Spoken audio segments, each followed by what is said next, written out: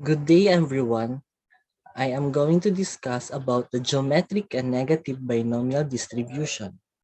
Hi, my name is Fiolo Fiel Quizon from BSEE 2A.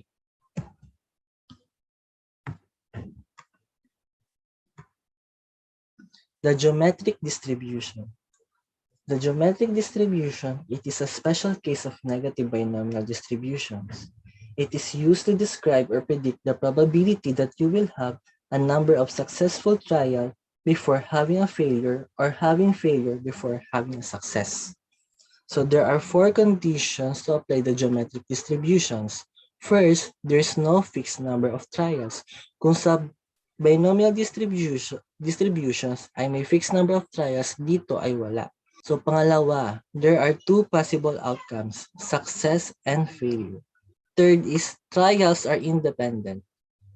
Last, probability of success is consistent for every trial. So these are the geometric distribution formula. P times y is equals to P times 1 minus P raised to y minus 1, where P is equals to probability of success, y is equals to number of success trial, 1 minus P is equals to probability of failure.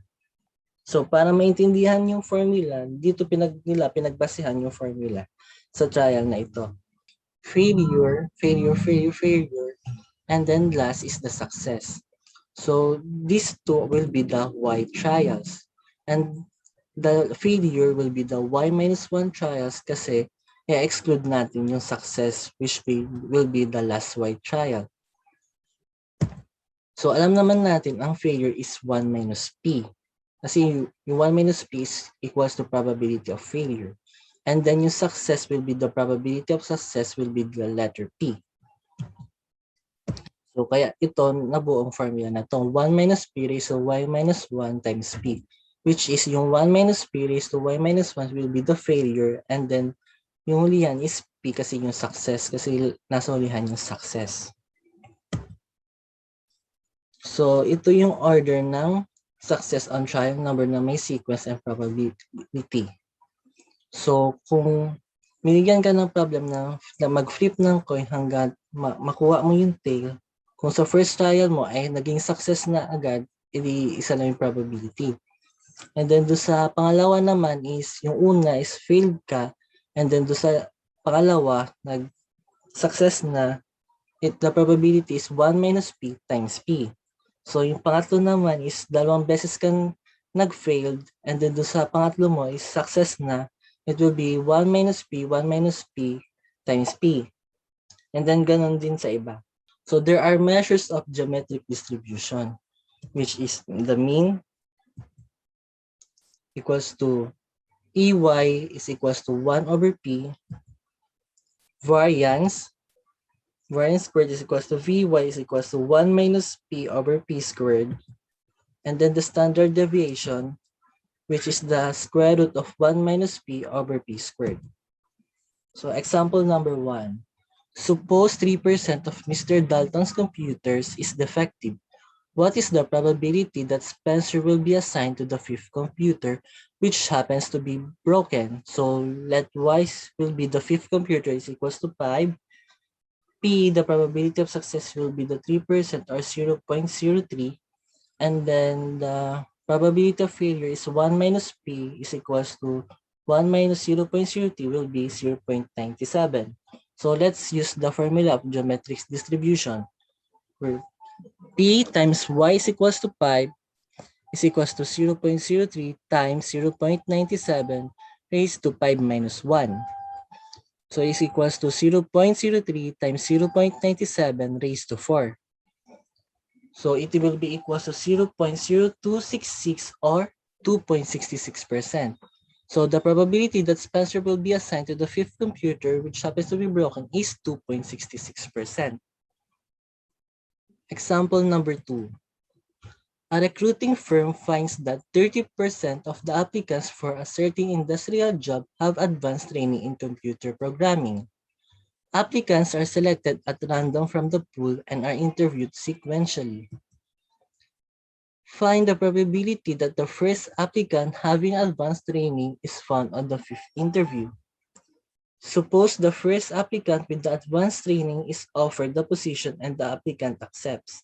If each interview costs 300 pesos, find the expected value and variance of the total cost of interviewing incurred before the job is filled.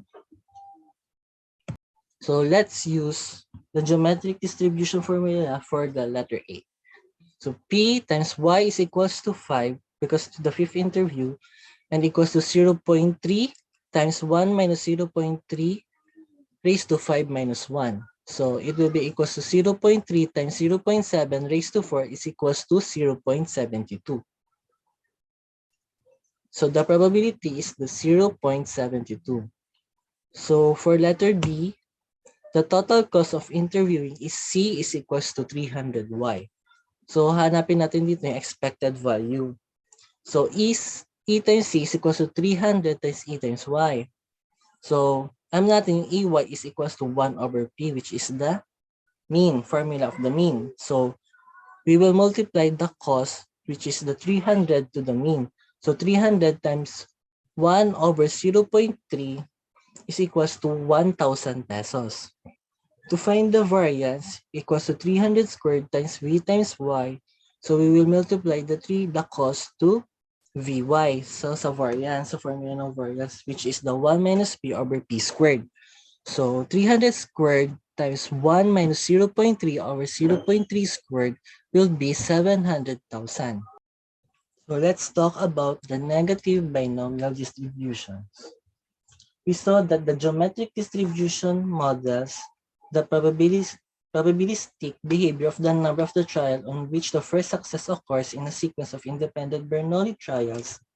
But what if we were interested in the number of the trial for the second success, or the third success, or in general the art success?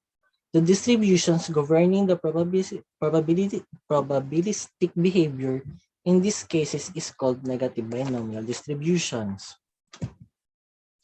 Let Y denote the number on the trial on which the art success occurs in a sequence of independent Bernoulli trials with P denoting the common probability of success.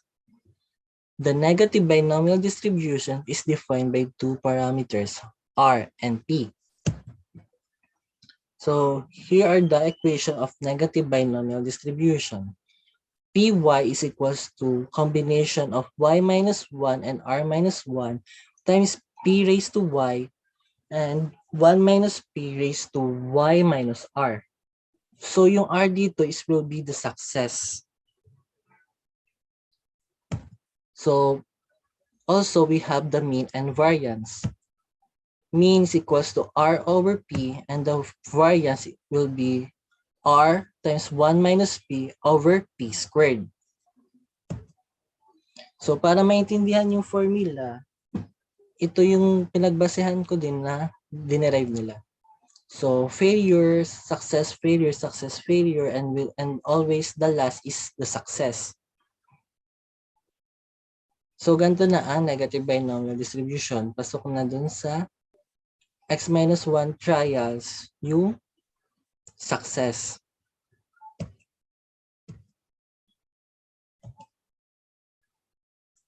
So, kaya naging combination yung y minus 1 and yung r minus 1 kasi naka-include yung r minus 1 sa y minus 1 trials para mahanap yung number of arrangements ng trials nila. So, mapapansin din natin dito na may times din yung combination sa failure and sa success. Parang katulad din sa geometric distributions. Yung sa failure naman is 1 minus p raised to y minus r. Yung y minus r minus dun sa number of success, dun sa number of success trials, dun sa may mga failure success. Kaya naging failure siya. And then, imumultiply siya sa p raised to y, which is the probability of success. So, example. In the previous example, 30% of the applicants for a certain position have advanced training in computer programming. Suppose 3 jobs requiring advanced programming training are open. Find the probability that the third qualified applicant is found on the fifth interview if the applicants are interviewed sequentially and at random. So the solution will be, let y denote the number of the trial on which the third qualified candidate is found. Then y can reasonably be assumed to have a negative binomial distributions with r is equals to 3 and p is equals to 0.3. So, yung probability of success natin is yung 30%. And then yung success naman natin, which is the R, will be the 3, yung third qualified applicant. So, P times Y is equals to 5 is equals to combination of 5 minus 1 and 3 minus 1 times 0.3 cube times 1 minus 0.3 raised to 5 minus 3 is equals to 6 times 0.3 cube times 0.7 squared equals to 0.079. So the probability that the third qualified applicant is found at the 15th interview is 0.079. So that will be all. Thank you.